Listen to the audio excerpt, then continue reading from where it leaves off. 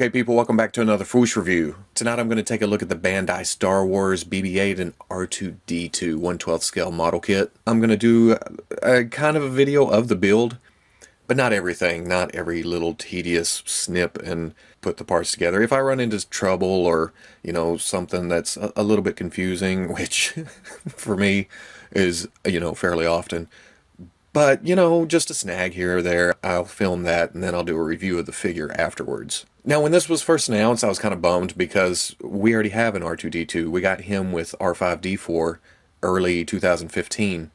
So the figure's been on the shelf for a while. I love it. It's my favorite astromech figure so far. So I'm not going to build that on this video. I already reviewed it. Yeah, you can check that out. So I assume this video is going to be kind of short because it's just BB-8 and I've already looked at the instructions. It's just 3 pages.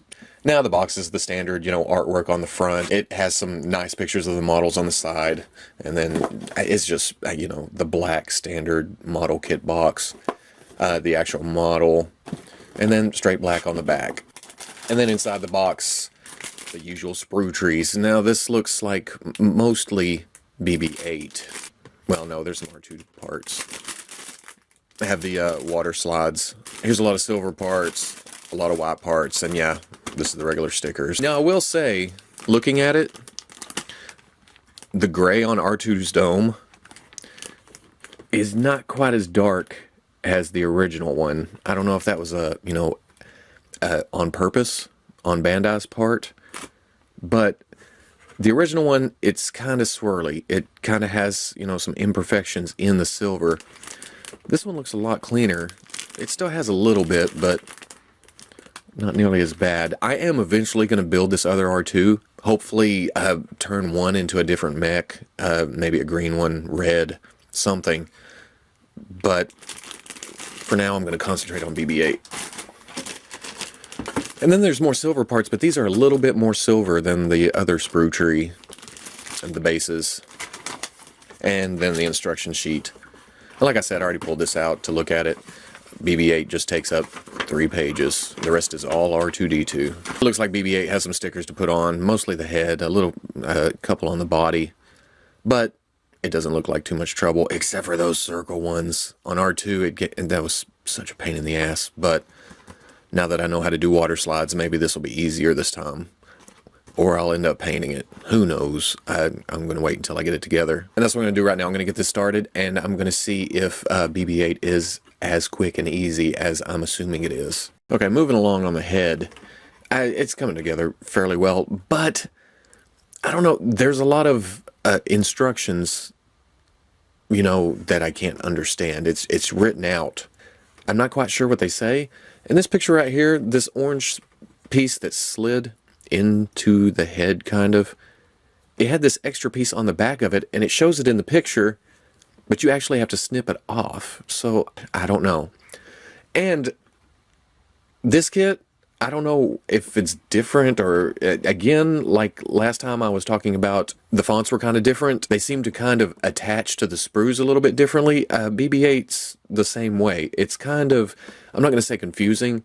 This is probably nothing new for veteran model builders, but for somebody like me who just started with the Star Wars kits, these slight changes kit to kit kind of throw me off a little bit. I got one out, and on this right here, the peg, or well, the sprue was attached right to this peg. I nearly went clip crazy, and I cut it, and I just snagged a little bit of the peg off of it. So I'm not sure if that's going to affect me here in a minute when I get to the dome. But there was a disc part, and this disc looks about the same. The way it's attached, it kind of goes up onto the piece, but it's actually not supposed to be part of the piece. When I clipped the first one, I thought, well, are these pegs just like the rest of them here? But it's not. When you snip it out, it'll need to be trimmed off of the top too. Like right here, the top is supposed to be flat, but where the sprues were attached, it's sticking up. Even though I clipped right against the part, there's still some left on here. Not a bad thing. It's just something a little bit different to watch out for, and not get too ahead of yourself. Okay, everything I just said, I take back. because I was sitting here clipping away and thinking, all these parts are round. So in order to keep them round from somebody accidentally, clipping too close and making a flat edge or something, that's why the sprues are attached to the back. Yeah, it took a minute. I got it. Okay, head together. Not bad at all. I like how the separation of colors is, it comes out because every colored piece is a separate piece. I've already put on the water slide decal for the ring around the this, and then I screwed that one up. Like I said in the last review, I have sort of learned to do water slide decals. I'm impatient. I can't quit messing with them. And that's what happened to this one. I screwed it up. It tore apart. So I put the sticker on there. It doesn't look terrible. The antenna up here, it just kind of sticks in this hole. It's kind of loose. I don't know if it's supposed to be that way, but it doesn't come out. If I pull on it, it pulls the whole dome up. So it's secure. It just moves around. And then I'm just going to paint the black around these. It shows decals for that, but it's not worth it. I'll just pull it back out and paint them. Putting the main body together, there's kind of a cube with a bunch of pegs sticking off of it, and that's goes in the middle of the ball. That is the body, but each side has a different shape. There's kind of a battery shape and a L shape and a circle with a key on it, and then a rectangle with a corner missing. So each one in the instructions is specified by the shape of that peg. It's pretty easy to put together. Once you get one side, you have like that rectangle with the key sticking off of it, and that goes right there. So easy enough. It's like a puzzle ball with the pieces that fill in between the circles on each side of the ball. It's the same thing. It has certain pegs that'll fit certain peg holes. Even between the parts, each one has a different. This one has an H and a sideways, and like here, actually this one goes up and down, but this one goes side to side. You can see the rectangle to the side, rectangle up and down, and it goes like this. And it fits together pretty tight and snug, which I like. I mean, it's going to be a ball. It's just kind of going by the instructions. It is confusing, but it's not difficult. You just have to keep track of where you are. If you turn it, you have to, go back, find your position again, and start over. And there we go, all put together. One thing I'm going to say, for as much work as you put into this, it ends up, kind of small and kind of undynamic, I guess you could say. Don't get me wrong, I like the finished product. It's just that you go through all the pieces, you put all the pieces together, it looks cool, and it's just a ball with a half ball on top of it. That's not taking anything away from the design or the character of BB-8.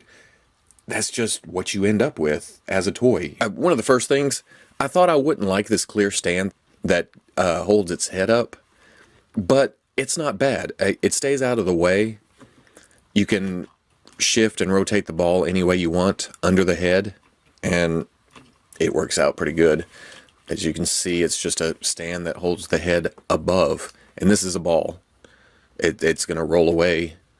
So you pretty much need this clear concave stand to hold the ball in place, and then the head above it. But if you don't care for this arm sticking up, you can pop one of these pieces out. This one right here. It shows in the instructions between the one with the two panels and then this odd shaped piece right here. And I found the best way to do it, you just push and it pops the top out of this cap right here. And you just got to kind of snag it and pull it out. And it comes with another piece that plugs in that has a tiny peg on it. Well, not so tiny. Then you take the head off the stand and you plug it into there. And there you go. You can have BB-8 without the arm coming up, but you're going to need the bottom piece of the stand, which you just pop the arm off there. You have the clear, put it in there, and there you go. You can still turn them into positions that you thought you would need with the stand, And it looks about the same. He can go in any direction. Then the head turns. And that was the articulation. That's it. You pull it back off. This usually comes off with the head. You just pull that out. Put it back on the arm. And then you plug this piece back in. And it goes in pretty smooth. You can see the seam lines from the separate pieces, but it's not terrible. I think the one that sticks out at me the most is this one on the side of the head.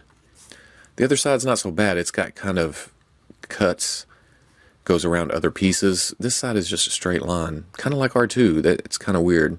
Another thing about the stand, it holds the head up there. You can swivel on the top of the stand, but it also has a joint in the middle of it, so you can have his head all over the body, anywhere you want to go. BB-8 does come with several accessories, but to get to them you have to pull off these tiny little panels on the body. I'm going to show this one first, because I left it loose on purpose, just for this specific reason. They're kind of hard to snag. It leaves an opening with a hole.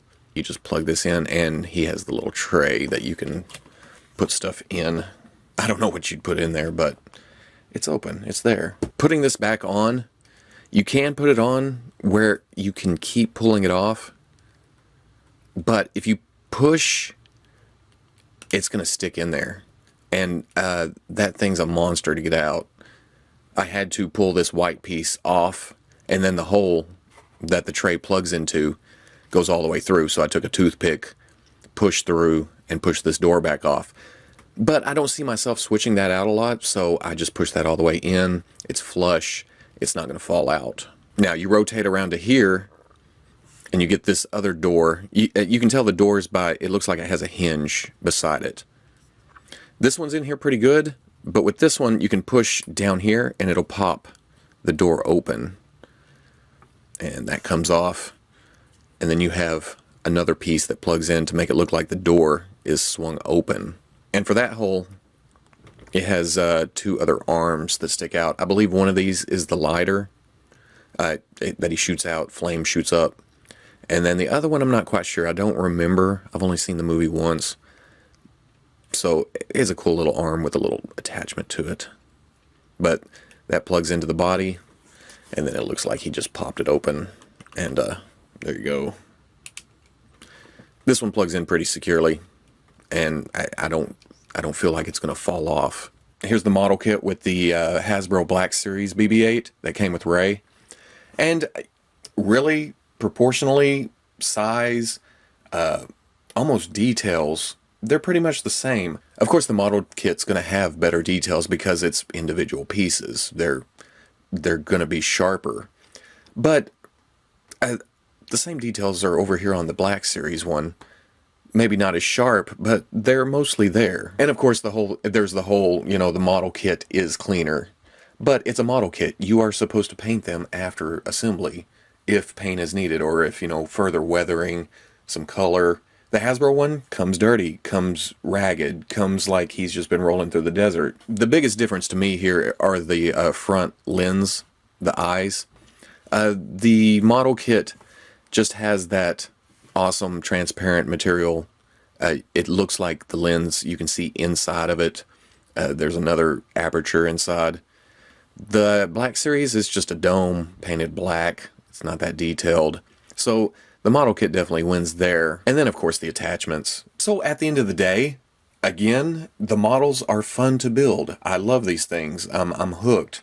I've ordered several. I've ordered replacements for some of them to actually do the water slides that I wasn't able to do originally. It's a blast to see what's inside of them, how they go together. Some action figure, mechanics can be learned from putting these models together. But with the model BB-8, I don't feel like it's a huge improvement over the Hasbro version. Yes, it's cool, and if you'd rather go that route, that's perfectly fine. But if you're stuck, or if you feel like you're stuck with the Black Series BB-8, don't feel that way, because it's a perfectly fine toy too. And it's kind of fun with its weeble wobble, won't fall down type mechanism inside where you can move it around the head and he'll just tilt over but won't roll over. That's cool. I do like that. So if you're looking at pictures of the model BB-8, or you're looking at this review and thinking, I don't like that stand, or I don't want to paint it, or put on the stickers, whatever, don't worry about it. Just go out and find a Ray with the BB-8 and you're set. So if you like the review, comment, like, subscribe, and I'll catch you on the Fwoosh. He comes with a shield, and I do like this shield because, again, this is a translucent piece. You can see through. On the back of the shield, he just has these two straps. These tend to pop off when you get too tight on the arm, but the straps are kind of rubbery, so they're not going to break or anything. They just come out of the slots, which I guess those could be glued in too to keep from popping off. It does look kind of odd because it goes on his forearm, and you got to kind of press it up to the large part of the forearm. It stays on, but you can see this one's hanging loose. It's larger, and the wrist is a smaller circumference. You're not going to see behind it. He holds it. That's okay. And then he comes with his nightstick type weapon type thing that I don't know what it's called. But, excuse the poor paint job, I still need to go in and clean all this up. And instead of sliding straight out, they swivel out. Which is okay. I mean, don't need the action of it actually coming out.